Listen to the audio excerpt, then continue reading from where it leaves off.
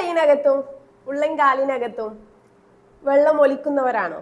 എക്സസീവായിട്ട് sweating ഉള്ള ആളുകളിലാണ് ഇത്തരം അനുഭവങ്ങൾ ഉണ്ടാവാറുള്ളത്. അതിനെ അക്യുപങ്ക്ചറിൽ നല്ല രീതിയിൽ ചികിത്സിച്ചാൽ മാറ്റാൻ പറ്റുന്നതേയുള്ളൂ. ഇങ്ങനെയുള്ള ആളുകളെ ഹൈപ്പോഹൈഡ്രോളിസിസ് എന്നാണ് പറയുക. ഇങ്ങനെയുള്ള ആളുകൾക്ക് അക്യുപങ്ക്ചറിൽ പ്രതിവിധി ഉണ്ടോ എന്ന് ചോദിച്ചിട്ടുണ്ടായിരുന്നു. അതിനെ അക്യുപങ്ക്ചറിൽ നല്ല രീതിയിൽ മാറ്റാൻ പറ്റും. അക്യുപങ്ക്ചറിന്റെ ഈ ഒരു പോയിന്റുകളിൽ, കാലിന്റെ ആംഗിൾ ജോയിന്റിന്റെ ഈ ഒരു സൈഡിലായിട്ട് വരുന്ന ഈ ഒരു പോയിന്റിലും കൈയിന്റെ ഈ ഒരു ഭാഗത്തായിട്ട് നന്നായിട്ടൊന്ന് പ്രഷർ ചെയ്ത് കൊടുക്കുക. ഓരോ പോയിന്റിലും 2 മിനിറ്റോളം നന്നായിട്ടൊന്ന് പ്രഷർ ചെയ്ത് കൊടുക്കുന്നതിലൂടെ ഇത്തരത്തിലുള്ള അനുഭവങ്ങൾ പരിഹരിക്കാൻ പറ്റും.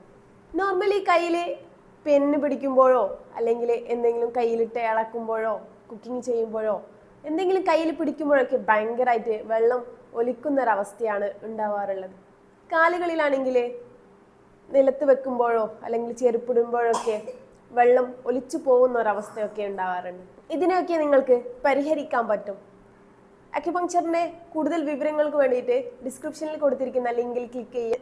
ഞങ്ങളുമായിട്ട് നേരിട്ട് ബന്ധപ്പെടാവുന്നതാണ്. Thank you. ഞാൻ acupuncturist Safra. Do follow, watch more videos.